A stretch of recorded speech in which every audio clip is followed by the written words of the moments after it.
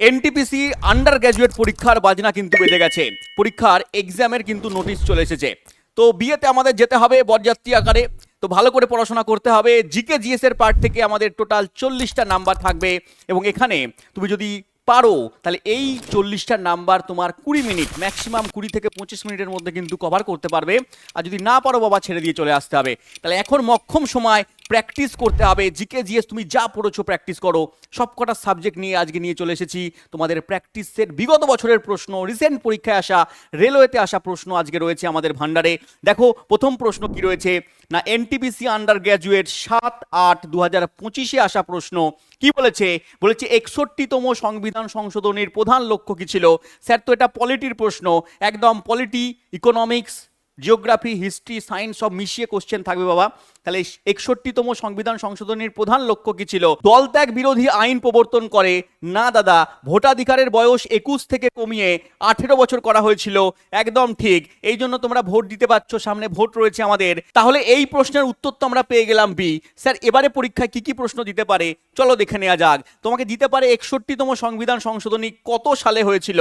না 1989, 1989। তখন ভারতের প্রধানমন্ত্রী কে ছিলেন? না দাদা, রাজীব গান্ধী তখন ভারতের প্রধানমন্ত্রী ছিলেন। নাম মনে রাখবে, 1989, 61তম সংবিধান সংশোধনী। ভোটাধিকারের বয়স 21 থেকে কমিয়ে 18 বছর করা হয়েছিল। সবাই ভোট দিতে যাচ্ছে, হ্যাঁ ভালো করে ভোট দিতে যান আপনারা। চলো পরের কোশ্চেন দেখে নিই। পরের কোশ্চেন হচ্ছে তোমার, দেখো এই পয়েন্ট মনে রাখবে যে অ্যান্টি ডিফেকশন ল, দল ত্যাগ বিরোধী আইন, অ্যান্টি ডিফেকশন ল কবে এসেছিল? অ্যান্টি ডিফেকশন ল 52তম সংবিধান সংশোধনীর মাধ্যমে আইনে জোড়া হয়েছিল যে কেউ যদি দল ত্যাগ করে, কোনো নেতা জিতে গেল, জিতে গিয়ে দল ত্যাগ করে দেবে, দল ত্যাগ করে দিয়ে অন্য দলে চলে গেল, তার জন্য অ্যান্টি ডিফেকশন ল কিন্তু চালু হয়েছিল 52তম সংবিধান সংশোধনীর মাধ্যমে। কত সালে হয়েছিল? এখানে কত সালে এই অ্যান্টি ডিফেকশন ল এসেছিল কমেন্ট বক্সের মধ্যে তোমরা আমাকে বলবে কত সাল। তারপরে দেখো এখানে 73তম সংবিধান সংশোধনী, যেখানে যেখানে পঞ্চায়েত গঠন হয়েছিল, পঞ্চায়েত সমিতির মধ্যে ওম্যানস রিজার্ভেশন অ্যাক্ট তৈরি করা হয়েছিল। এই পঞ্চায়েত সমিতি এসেছিল 73তম সংবিধান সংশোধনী। আর তারপরে 74তম সংবিধান সংশোধনীর মাধ্যমে পৌরসভা গঠন হয়েছিল। তোমরা জানো, বিদেশ স্যার তোমাদের ডিটেলস এগুলো ভালো করে পড়ান। এবং প্রিসিপার্স বা রাজভাতা 26তম সংবিধান সংশোধনীর মাধ্যমে বিলুপ্ত করে দেওয়া হয়েছিল। যারা রাজভাতা পেত, রাজঘরানার লোকজন, ওদেরকে ভাতা দেওয়া হতো, ঠিক আছে, তো ওদের বিলুপ্ত করে দেওয়া হয়েছিল। এই ভাতাটা বিলুপ্ত করে দেওয়া হয়েছিল 26তম সংবিধান সংশোধনীর মাধ্যমে। এটাও তোমরা মনে রাখতে পারো। নেক্সট কোশ্চেন চলে এসো, দেওয়া আছে দেখো, ভারতীয় স্বাধীনতা সংগ্রামের চরমপন্থী নরমপন্থী লড়াই ঘোরানোর মোড় কোনটা ছিল? মানে চরমপন্থী আর নরমপন্থীদের মধ্যে লড়াই কবে ঘটেছিল? দেখো কোশ্চেন কি বলেছে, বলেছে ভারতীয় স্বাধীনতা সংগ্রামের চরমপন্থী আর নরমপন্থী লড়াইয়ের মোড় ঘোরানোর পথ কোনটা ছিল, বা কোন ঘটনাটার মধ্যে দিয়ে ভারতের নরমপন্থী আর চরমপন্থীদের বিভাজন ঘটেছিল? অপশন এতে রয়েছে জালিয়ানওয়ালাবাগ হত্যাকাণ্ড, না চম্পারণ সত্যাগ্রহ, না সুরাট বিভাজন। অপশন নাম্বার সি হচ্ছে সুরাট বিভাজন। এই সুরাট বিভাজন ঘটেছিল কবে? পরীক্ষায় তোমাকে কোশ্চেন দিতে পারে, তুমি মনে রাখবে সুরাট বিভাজন ঘটেছিল আমাদের 1907, 1907 সুরাট কংগ্রেস অধিবেশন ঘটেছিল। সুরাট কংগ্রেস অধিবেশনের সভাপতিত্ব করেছিলেন রাসবিহারী ঘোষ। রাসবিহারী বোস না, রাসবিহারী ঘোষ। ছেলেপেলে ভুল করে, মনে রাখবে, ম্যাডাম তোমাদের পড়িয়েছেন। তাহলে রাসবিহারী কি বাবা? রাসবিহারী ঘোষ, ঠিক আছে। হ্যাঁ, যদিও আমার টাইটেলও ঘোষ, তাহলে এখানে কি দেওয়া আছে? রাসবিহারী ঘোষ কি করেছিলেন? সভাপতিত্ব করেছিলেন। এবং এই কংগ্রেসের মধ্যে একটা ঘটনা ঘটেছিল, চরমপন্থী নরমপন্থী কিছু লোক ছিল, কিছু নেতা ছিল যারা চরমপন্থী পথে বিশ্বাসী। ইংরেজদের কাছে তারা অনুনয় বিনয় করবে না, তারা অনুনয় বিনয়ের মাধ্যমে কিছু আদায় করতে চায় না, তারা হচ্ছে চরমপন্থী। যেমন চিত্তরঞ্জন দাস, যেমন রাসবিহারী বোস, যেমন বাল গঙ্গাধর তিলক, এনারা ছিলেন চরমপন্থী নেতা। আর নরমপন্থীদের মধ্যে কে ছিলেন? যারা অনুনয় বিনয় করে ইংরেজদের কাছ থেকে কিছু আদায় করতে চাইতেন না, আমাদেরকে একটুখানি দুটো বিল পাস করে দিন, আমাদের ভারতীয়দেরকে দুটো সিট দিয়ে দিন, এরকম করতো। তাদের মধ্যে ছিলেন সত্যেন্দ্রনাথ বোস, দাদাভাই নওরোজি, বদরুদ্দিন তাইয়বজি। এনাদের নামগুলো একটু পড়ে রাখবে। এনারা ছিলেন নরমপন্থী নেতা। পরীক্ষায় তোমাকে দিতে পারে নরমপন্থী কয়েকজন নেতার নাম বলো, চরমপন্থী কয়েকজন নেতার নাম বলো, তাহলে তুমি এই নামগুলো এখান থেকে পড়ে রাখবে। পরের পয়েন্ট হচ্ছে জালিয়ানওয়ালাবাগ হত্যাকাণ্ড। বিশ্বের ইতিহাসে, ভারতের ইতিহাসে একটা গুরুত্বপূর্ণ এবং সবচেয়ে নিন্দিত ঘটনা যদি হয়, সেটা হচ্ছে জালিয়ানওয়ালাবাগ হত্যাকাণ্ড। 1919 ঘটে যাওয়া এই ঘটনা ভারতের অমৃতসর, পাঞ্জাবের অমৃতসর শহরে একটা চারদিকে ঘেরা, পাঁচিল দিয়ে ঘেরা একটাই মাত্র আউটলেট, একটাই মাত্র দরজা রয়েছে। এবং সেই দরজা বন্ধ করে ব্রিটিশ জেনারেল ডায়ার 1600 রাউন্ড গুলি চালিয়ে ভেতরে প্রচুর মানুষকে হ্যাঁ, হাজার হাজার মানুষকে সেখানে মেরে ফেলেছিল, হত্যা করেছিল নির্মমভাবে। এটাই হচ্ছে তোমার ব্রিটিশদের ভারতীয়দের প্রতি যে অত্যাচার, তার একটা নির্মম দৃষ্টান্ত হচ্ছে জালিয়ানওয়ালাবাগ হত্যাকাণ্ড। পড়ে রাখবে, ইম্পর্টেন্ট ঘটনা। এই হত্যাকাণ্ডের প্রতিবাদে আমাদের কবিগুরু রবীন্দ্রনাথ ঠাকুর তার নাইট উপাধি ত্যাগ করেছিলেন। বিভিন্ন মানুষ, বিভিন্ন নেতারা বিভিন্নভাবে তারা আন্দোলন করেছিলেন। তার মধ্যে এরপরেই শুরু হয় অসহযোগ আন্দোলন। তার মধ্যে আসবো, অসহযোগ আন্দোলন শুরু হয় গান্ধীজির নেতৃত্বে 1920-তে অসহযোগ আন্দোলন শুরু হয়। এবং তার আগে গান্ধীজি শুরু করেছিলেন চম্পারণ বিদ্রোহ, চম্পারণ সত্যাগ্রহ যাকে বলা হয়। 1917, এটা পড়ে রাখবে।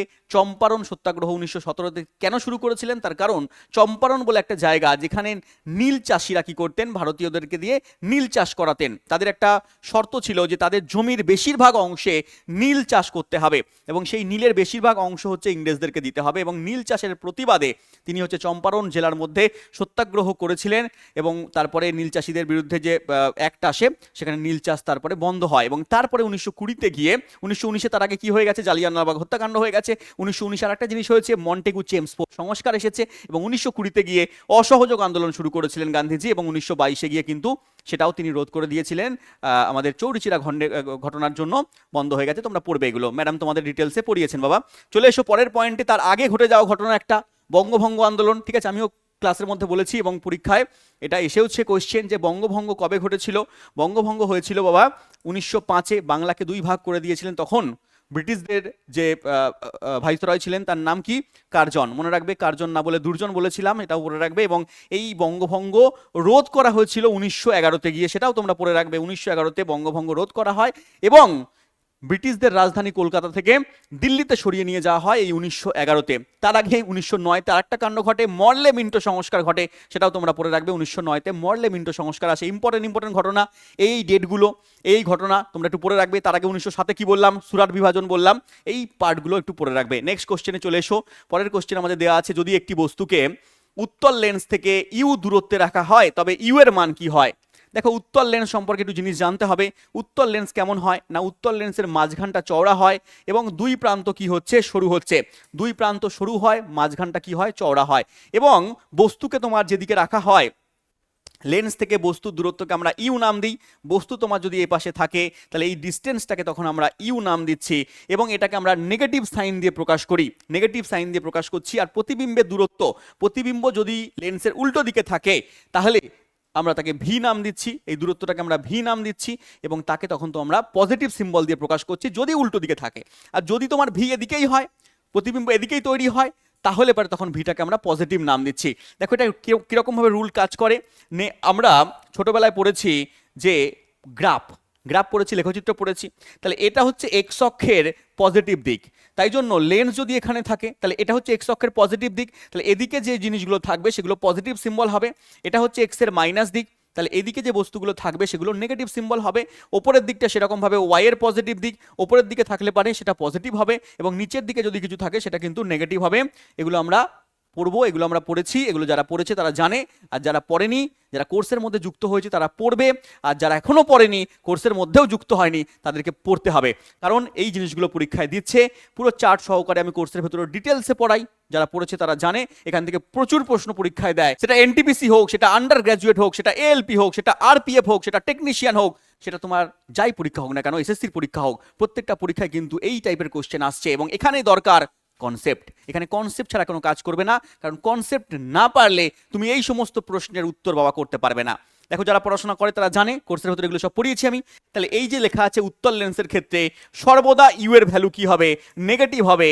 উত্তল লেন্সের ক্ষেত্রে সর্বদা কি হচ্ছে, ইউ এর ভ্যালু নেগেটিভ। অবতল লেন্সের ক্ষেত্রেও নেগেটিভ, কিন্তু গল্প হচ্ছে ফোকাস দূরত্ব কি হয়, উত্তল লেন্সের ক্ষেত্রে পজিটিভ হচ্ছে, অবতল লেন্সের ক্ষেত্রে কিন্তু নেগেটিভ হচ্ছে বাবা। আর প্রতিবিম্বের দূরত্ব যেটা বললাম ভি দিয়ে আমরা প্রকাশ করি, সেটা উত্তল লেন্সের ক্ষেত্রে প্লাসও হতে পারে, মাইনাসও হতে পারে। যদি বাম পক্ষে অবস্থান করে মাইনাস, যদি ডান পক্ষে অবস্থান করে প্লাস, কিন্তু অবতল লেন্সের ক্ষেত্রে সবসময় কি হচ্ছে, মাইনাসই হয়, কারণ সবসময় কি হচ্ছে, ও বাম পক্ষে অবস্থান করছে, এই জন্য কি হয়, মাইনাস হয়ে যাচ্ছে। আর বিবর্ধনের ক্ষেত্রে কি হচ্ছে, প্লাস মাইনাস হতে পারে উত্তল লেন্সের ক্ষেত্রে, কিন্তু অবতল লেন্সের ক্ষেত্রে সবসময় প্লাসেই আসে। এই জিনিসপত্রগুলো পড়তে হবে যাদের এই কনসেপ্টগুলো এখনো ক্লিয়ার নেই, যে বস্তু কোথায় রয়েছে, বস্তুর সিম্বল কি হচ্ছে, ফর্মুলায় কাকে ইউ বলছি, কাকে ভি বলছি, স্যার ফর্মুলাটাই বা কি হচ্ছে না। লেন্সের ফর্মুলা যেমন হয়, লেন্সের ফর্মুলা যেমন আমরা পড়েছি যে 1/v 1/v minus 1/u equals to 1/f হয়। আবার তুমি এটাকেই দর্পণে চলে যাবে, দর্পণে গেলে 1/v plus 1/u equals to 1/f হয়। এবার শুধু ফর্মুলা দিলেই হবে না, ফর্মুলার পরে এখানে দেখতে হবে যে ইউ এর ভ্যালু বা ভি এর ভ্যালু যেটা দেওয়া আছে সেটা পজিটিভে হয় না নেগেটিভে হয়, এবং পজিটিভ নেগেটিভ কিভাবে হয়, বা বস্তু কোথায় আছে, তার প্রতিবিম্ব কোথায় গঠিত হচ্ছে, কখন কিরকম প্রতিবিম্ব হচ্ছে, সৎ হচ্ছে না অসৎ হচ্ছে, বিবর্ধিত হচ্ছে না বস্তু থেকে ছোট হচ্ছে, এই সমস্ত জিনিসপত্র কনসেপ্ট সহকারে ভাই পড়তে হবে। হয়তো শুনে লাগছে স্যার পাগলের মতো বকছে, কিন্তু কনসেপ্ট যদি না জানো ভাই পারবে না। প্রিভিয়াস ইয়ার মানে 2025-24-25 কোশ্চেন ঘেটে দেখে নেবে। এটা কোশ্চেনটা 2025-এই দিয়েছে, কোশ্চেন দেখে নাও। 2025-এ আসা গ্রুপ ডির প্রশ্ন, এটা গ্রুপ ডির প্রশ্ন। তো প্রশ্ন আগামী দিনে তোমরা যারা গ্রুপ ডির পরীক্ষা দিচ্ছ, ফর্ম ফিল আপ করেছো, এই সমস্ত প্রশ্ন তোমরা ভরে ভরে দেখতে পাবে, এবং তার জন্য প্রিপারেশন করতে হবে। যদি ভাবো স্যার আপনার কাছ থেকে পড়বো, তাহলে আমাদের ঠিকানা কোথায়? আমার ঠিকানা হচ্ছে বৃদ্ধাশ্রম না, আমার ঠিকানা হচ্ছে your study. Your study app রয়েছে, ইয়োর স্টাডি অ্যাপে যুক্ত হয়ে যাও। আমাদের 6.0 ব্যাচ চলছে, 6.0 ব্যাচ এখনো সময় আছে, যুক্ত হয়ে যাও। রেলওয়ে ফাউন্ডেশন সোজা চলে যাও, রেলওয়ে ফাউন্ডেশন ব্যাচ 2026-এ যুক্ত হয়ে যাও। এবং তার সঙ্গে সঙ্গে যদি ভাবো স্যার আমি এসএসসি বা পুলিশের পরীক্ষা দেবো, তাহলে আলাদাভাবে এসএসসি বা পুলিশ যুক্ত হতে পারো। আর যদি ভাবো স্যার আমি সবকটা পরীক্ষা দেবো, তাহলে কম্বো ব্যাচ চলে যাও, কম্বো 6.0-তে সোজা চলে যাবে, ওখানে গিয়ে এনরোল করে নেবে, এইসব এখানে জিনিসপত্রগুলো পাবে। আচ্ছা, তার আগে বলি এসএসসি জিডি ব্যাচ রয়েছে 2027-এর জন্য। 2026 তো পরীক্ষা আমাদের ঘোষণা করা হয়ে গেছে। 27-এ যারা পরীক্ষা দিতে চাইছো, ভালো করে প্রিপারেশন করে দিতে চাইছো, ভাবছো 27-এ আমাকে চাকরি পেতেই হবে, তাহলে 27-এর ব্যাচে এখন থেকে যুক্ত হয়ে যাও। পরে 1 মাস আগে 2 মাস আগে যুক্ত হয়ে তখন সিলেবাস শেষ করতে পারবে না, কোনো লাভ নেই। এখন 2026-এ পরীক্ষা হচ্ছে, অনেকে বলছে স্যার এখনো সিলেবাস শেষ হয়নি, আমার এখনো সবে আমি 2 মাস ভর্তি হয়েছি, 3 মাস ভর্তি হয়েছি, ঠিক আছে, তাহলে এখন সিলেবাস শেষ করতে পারবে না, এখন থেকে 27-এর প্রিপারেশন করতে থাক, ঠিক আছে।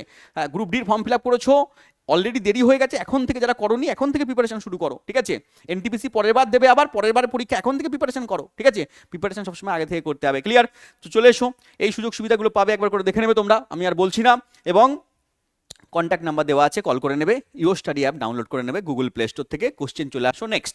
এনটিপিসি আন্ডার গ্র্যাজুয়েট 2025-এ আসা প্রশ্ন কি বলেছে? বলেছে কোন আন্তর্জাতিক সংস্থা বিশ্বায়ন এবং অবাধ বাণিজ্যকে সমর্থন করে? মানে বিশ্বের মধ্যে বাণিজ্য, ঠিক আছে, বাণিজ্য প্লাস হচ্ছে বিশ্বায়নকে সমর্থন করছে, সারা বিশ্বের মধ্যে যোগাযোগ স্থাপন করছে, কোন সংস্থা? না, সংস্থার নাম হচ্ছে WTO। WTO মানে কি sir? World trade organization, WORLD, world trade organization, মনে রাখবে, ওয়ার্ল্ড ট্রেড অর্গানাইজেশন। স্যার কত সালে প্রতিষ্ঠা হয়? এটা এই কদিন আগে প্রতিষ্ঠা হয়, ঠিক আছে, হ্যাঁ, আমার জন্মের কয়েক বছর আগে 1995 প্রতিষ্ঠা হয়। 1995 প্রতিষ্ঠা হচ্ছে, বাদ বাকি WHO অনেকদিন আগে হয়েছে, হু ওয়ার্ল্ড হেলথ অর্গানাইজেশন, ঠিক আছে।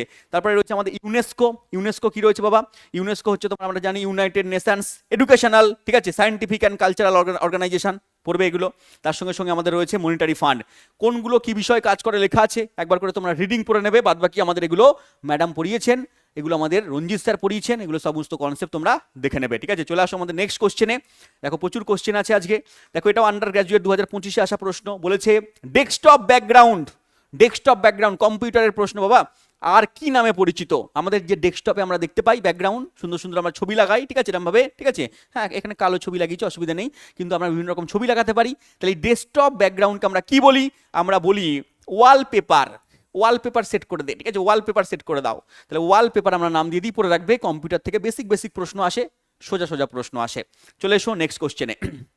দেয়া আছে একটি বদ্ধ সংস্থায় ক্লোজ সিস্টেমে যদি 15 গ্রাম পদার্থ এ, 15 গ্রাম এ পদার্থ 10 গ্রাম বি পদার্থ বিক্রিয়া করে, তাহলে উৎপন্ন পদার্থের ভর কত হয়? এ আর বি বিক্রিয়া করছে, এ প্লাস বি বিক্রিয়া করে উৎপন্ন করছে, মনে করো এবি। তাহলে এখানে এটা দেওয়া আছে 15 গ্রাম, বি দেওয়া আছে 10 গ্রাম, এই 15 গ্রাম 10 গ্রাম মিলে উৎপন্ন যেটা করবে, যে পদার্থই উৎপন্ন করুক না কেন, তার ভর এই দুটো যোগফল হবে 25 গ্রাম। কারণ আমরা জানি ভরের নিত্যতা সূত্র বলে একটা সূত্র আছে, যেখানে বলা হয়েছে যে এই প্রকৃতির মোট ভর হচ্ছে ধ্রুবক, শুধুমাত্র ভর একটা রূপ থেকে অন্য রূপে পরিবর্তন হচ্ছে, কিন্তু মোট ভর ধ্রুবক থাকবে, ক্লিয়ার? তাহলে বাম পক্ষের ভর বা বিক্রিয়ক পদার্থের ভর আর বিক্রিয়াজাত পদার্থের ভর কিন্তু সমান হবে। তাহলে অপশন এখানে কি হবে? অপশন এখানে সি হবে, অপশন সি। নেক্সট কোশ্চেন কি বলেছে?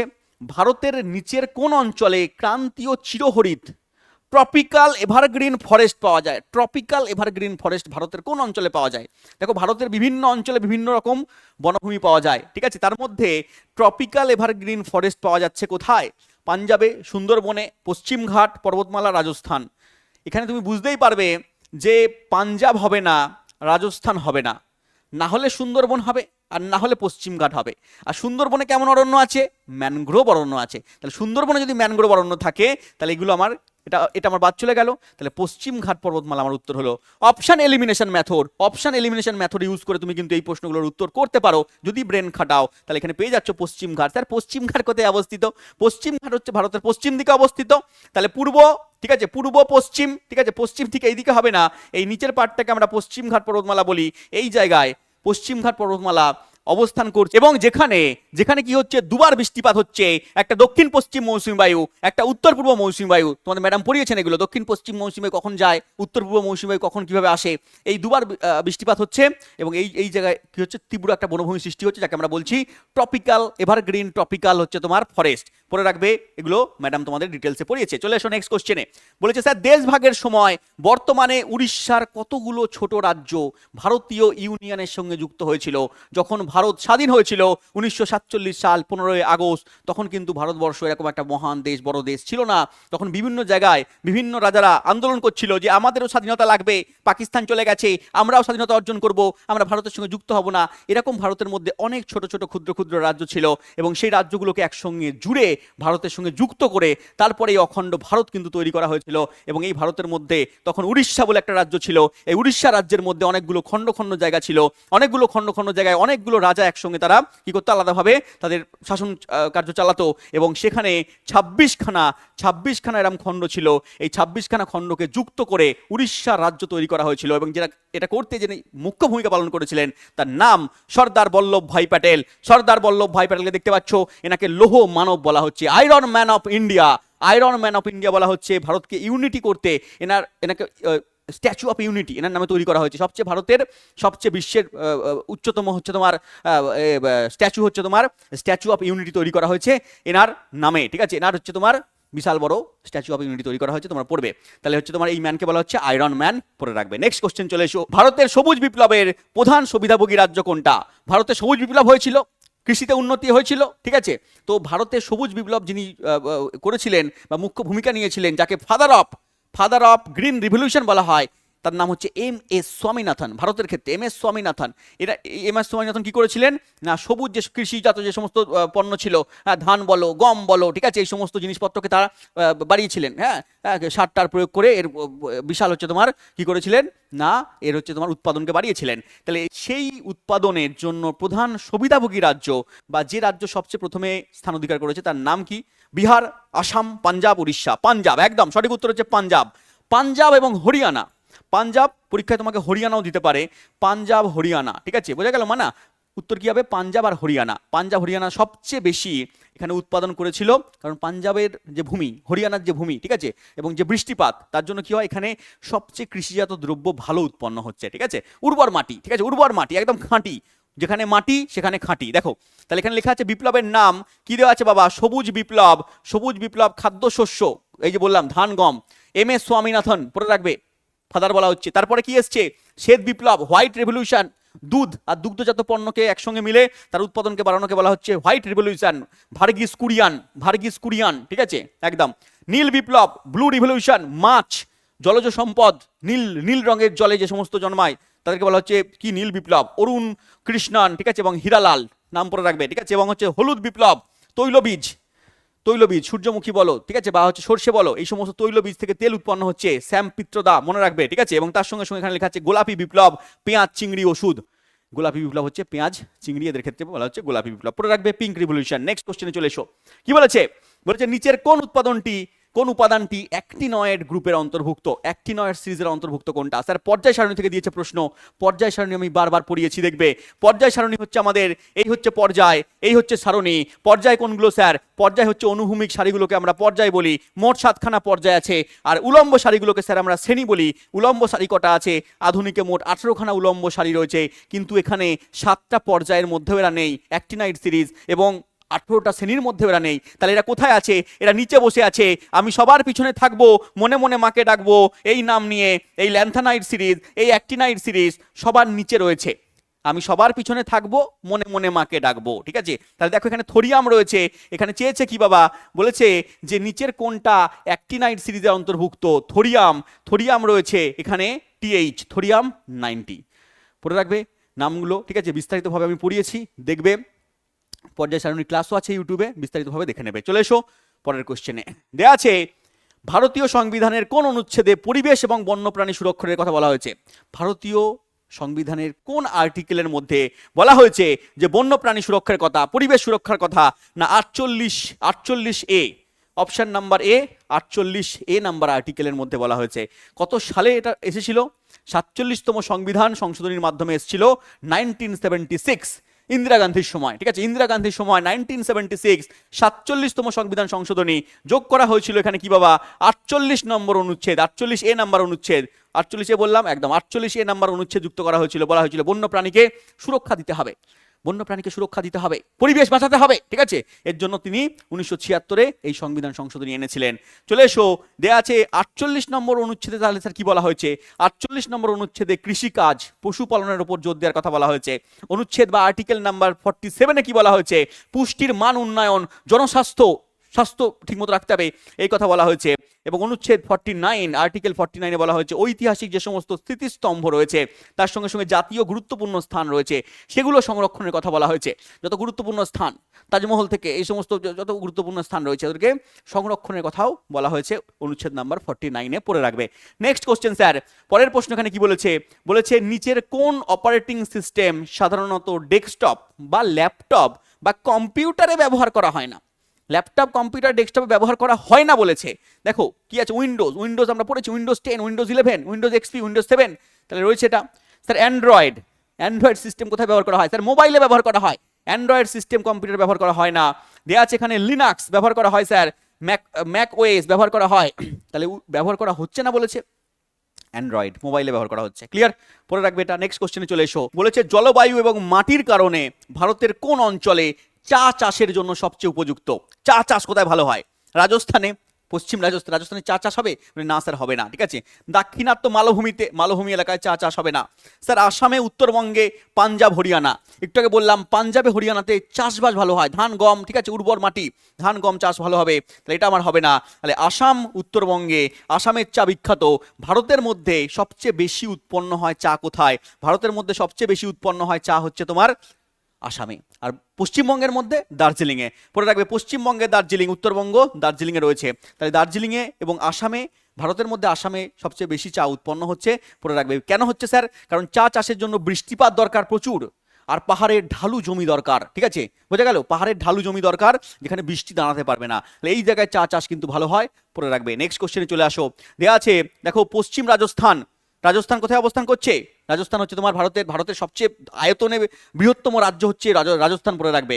আর যদি বলে জনসংখ্যায় বৃহত্তম তাহলে হবে উত্তরপ্রদেশ। তাহলে রাজস্থান হচ্ছে আয়তনে বৃহত্তম, কিন্তু সেখানে আমাদের ভারতের বৃহত্তম মরুভূমি থর মরুভূমি অবস্থান করছে। এই থর মরুভূমি কোথায় আছে? রাজস্থানে রয়েছে। তাহলে মরুভূমি বালিয়ারি অঞ্চল, তাহলে সেখানে কি হবে? সেখানে চা চাষের উপযুক্ত নয়। আর পাঞ্জাব হরিয়ানাতে বললামই ধান গম চাষ ভালো হয়, ঠিক আছে? এই জন্য গ্রিন রেভলিউশন এখানে এসেছিল, ধান গম চাষ, গ্রিন রিভলিউশন বললাম পাঞ্জাব হরিয়ানা। নেক্সট চলে এসো পরের কোশ্চেন। পরের প্রশ্ন দেওয়া আছে দেখো এখানে যে প্রেস বায়োপিয়া সম্পর্কে নিচের কোনটি সঠিক? প্রেস বায়োপিয়া, বিভিন্ন রোগ বলেছি, মায়োপিয়া বলেছি, হাইপারমেট্রোপিয়া বলেছি, এইসব রোগগুলো ক্লাসের মধ্যে বলেছি, কিন্তু প্রেস বায়োপিয়া বলিনি। প্রেস বায়োপিয়া দেখো কোশ্চেন দিয়েছে এখানে, প্রেস বায়োপিয়া স্যার নিকট বিন্দু 25 সেন্টিমিটারের কম হয়ে যায় না। বলেছে এটি সাধারণত ছোট শিশুদের হয় না। সিলিয়ারি পেশি দুর্বল হয়ে যায়, লেন্সের নমনীয়তা নষ্ট হয়ে যায়, একদম অপশন নাম্বার সি বলেছে, একদম ঠিক বলেছে। শুধুমাত্র অবতল লেন্স দিয়ে সংশোধন করা যায় না, শুধুমাত্র অবতল লেন্স দিয়ে সংশোধন করা যাবে না, এখানে বাইফোকাল লেন্স ইউজ করতে হবে। এখানে বাইফোকাল লেন্স মানে হচ্ছে উত্তল প্লাস অবতল, বাইফোকাল লেন্স ইউজ করতে হবে, উত্তল প্লাস অবতল, মাইনাসে পাওয়ার প্লাসে পাওয়ার দিতে হবে। স্যার কেমন ভাবে প্রতিবিম্ব তৈরি হয়? নর্মাল যদি চোখ হয় তাহলে প্রতিবিম্ব তৈরি হবে তোমার রেটিনার আগে বা রেটিনার উপরে প্রতিবিম্ব তৈরি হবে, কিন্তু যদি তোমার প্রেস বায়োপিয়া হয় তাহলে তোমার প্রতিবিম্ব তৈরি হবে রেটিনার পিছন দিকে, প্রতিবিম্ব তৈরি হবে, তুমি ঠিকমতো দেখতে পাবে না। দেখো দেখতে কষ্ট হচ্ছে মহিলাটার, দেখতে কষ্ট হচ্ছে, আহারে আপনি এক কাজ করুন, বাইফোকাল লেন্স ইউজ করুন, চশমা তো পড়েছেন, বাইফোকাল লেন্স ইউজ করেননি, বাইফোকাল লেন্স ইউজ করতে হবে। তাহলে কি হচ্ছে? প্রেস বায়োপিয়াতে বাইফোকাল লেন্সের, মায়োপিয়াতে কি ইউজ করা হয়? মায়োপিয়া বা হ্রস্ব দৃষ্টি পড়িয়েছি, আর একবার রিভিশন করিয়ে দিচ্ছি। মায়োপিয়া বা হ্রস্ব দৃষ্টিতে মাইনাস পাওয়ারের লেন্স ইউজ করা হচ্ছে, মনে রাখবে। মাইনাস পাওয়ার হচ্ছে অবতল লেন্স, আর হাইপার মায়োপিয়া বা হাইপার মেট্রোপিয়া রোগে প্লাস পাওয়ারের লেন্স ইউজ করা হয় বা উত্তল লেন্স ইউজ করা হয়। বারবার বলেছি পরীক্ষায় আসবে, এগুলো দেখে নেবে। নেক্সট কোশ্চেন চলে এসো, কোন মুঘল সম্রাটের শাসনকালে সার্বজনীন শান্তি নীতি অনুষ্ঠিত হয়েছিল? সার্বজনীন শান্তি, সকলে শান্তি, ঠিক আছে, ওং নমঃ শান্তি, কোন সম্রাটের অধীনে? জাহাঙ্গীর, বাবর, হুমায়ুন, আকবর? কি মনে হচ্ছে দেখে কার নাম হবে? ঠিক আছে, হ্যাঁ, কার নাম হবে? একদম আকবরের নাম হবে, হুমায়ুন হবে না বাবা, আকবর হয়ে যাবে। অপশন নাম্বার ডি হচ্ছে আকবর।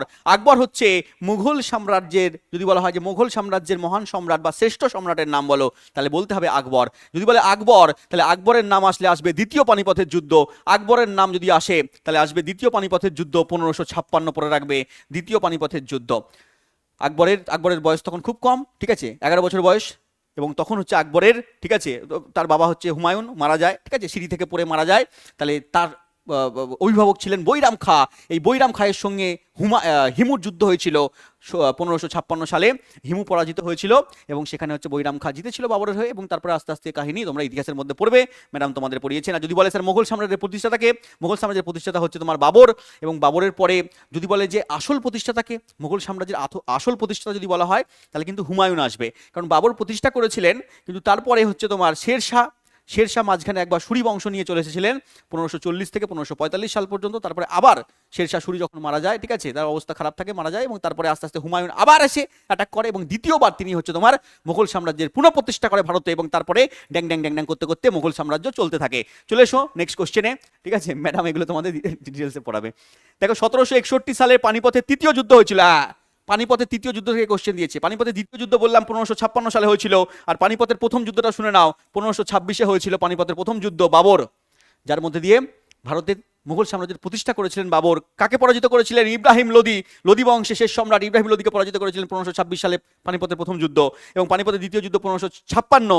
তারপরে একেবারে পানিপথের দেখা হয়েছিল পানিপথে আবার কবে? 1761 সালে পানিপথে আবার লড়াই হয়েছিল, পানিপথের তৃতীয় যুদ্ধ, মোহাম্মদ শাহ আবদালির সঙ্গে মারাঠাদের যুদ্ধ হয়েছিল, মারাঠা বাহিনীর যুদ্ধ হয়েছিল।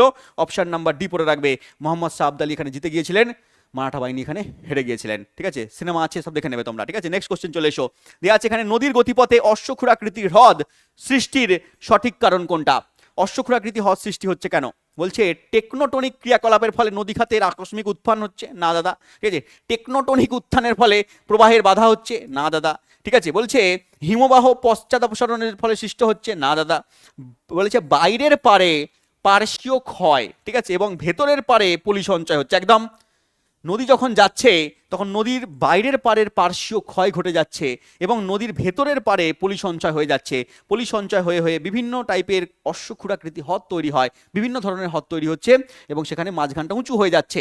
তাহলে এটাকে বলছি আমরা অশ্বক্ষুরাকৃতির হ্রদ, ঠিক আছে, বা হ্রস্বক্ষুরাকৃতির হ্রদ, তোমরা যাই বলবে না কেন। তাহলে এরকম টাইপের হ্রদ দেখা যাচ্ছে বঙ্গোপসাগরে, যখন গঙ্গা নদী প্রবাহিত হয়ে বঙ্গোপসাগরে পড়ছে, তখন বঙ্গোপসাগরের তীরে প্রচুর পরিমাণে এরকম হ্রদ দেখা যায়। গঙ্গা নদী সেখানে সবে পড়ছে বঙ্গোপসাগরে, গতি বারবার চেঞ্জ করছে, গতি এখানে কমে যাচ্ছে, নদীর গতি কমে যায়, তো কমে যাওয়ার আগে কি হয়, মোহনার আগে এখানে অনেক হ্রদ তৈরি হয়। চলে এসো নেক্সট কোশ্চেনে, দেয়া আছে স্যার নিচের কোনটি ত্বরণের সঠিক সূত্র? ত্বরণের সঠিক সূত্র কোনটা? ত্বরণ ইকুয়াল টু বল বাই ভর, ত্বরণ ইকুয়াল টু বেগের পরিবর্তন বাই সময়, ত্বরণ ইকুয়াল টু বেগের পরিবর্তন গুণ সময়, ত্বরণ ইকুয়াল টু দূরত্ব বাই সময়। কোন উত্তরটা সঠিক উত্তর হবে? কমেন্ট বক্সের মধ্যে তুমি আমাকে বলবে। এই প্রশ্নের উত্তর আমি HW দিলাম, কমেন্ট বক্সে তোমরা আমাকে জানাবে যে এই প্রশ্নের উত্তর কি হবে। দেখো পরীক্ষায় আসা প্রশ্ন, এবং এই ক্লাস তোমাদের কেমন লাগছে, যে বিগত বছরের রিসেন্ট পরীক্ষায়, গ্রুপ ডি পরীক্ষায়, NTPC পরীক্ষায়, আন্ডার গ্র্যাজুয়েট পরীক্ষায়, RPF, ঠিক আছে, তারপরে তোমাদের ALP টেকনিশিয়ান, এই যে রিসেন্ট পরীক্ষাগুলো হয়েছে, এই পরীক্ষার প্রশ্নপত্র নিয়ে ক্লাস করাচ্ছি, এবং শুধু প্রশ্নগুলো করাচ্ছি না, তার সঙ্গে সঙ্গে দেখো প্রত্যেকটা প্রশ্নের পিছনে থাকা কনসেপ্ট তোমাদেরকে জানাচ্ছি। এগুলো থেকে কিন্তু পরীক্ষায় প্রশ্ন তোমরা দেখতে পাবে, কারণ রেলওয়ে যে প্যাটার্ন ফলো করে, রেলওয়ের প্রিভিয়াস ইয়ারকে ধরে কিন্তু কোশ্চেন দেয়, হয়তো তার আশেপাশ থেকে কোশ্চেন দেয়, সংখ্যা চেঞ্জ করে কোশ্চেন দেয়, কিন্তু এই টাইপের কোশ্চেন তুমি কিন্তু দেখতে পাবে, ঠিক আছে বাবা। তো যদি ভালো লাগে কমেন্ট বক্সের মধ্যে লিখবে, যদি এরকম ক্লাস আরও চাও তাহলে সেটাও কমেন্ট বক্সে লিখবে। দেখা হচ্ছে পরের ক্লাসে, ততক্ষণ ভালো থেকো, থ্যাংক ইউ, জয় হিন্দ।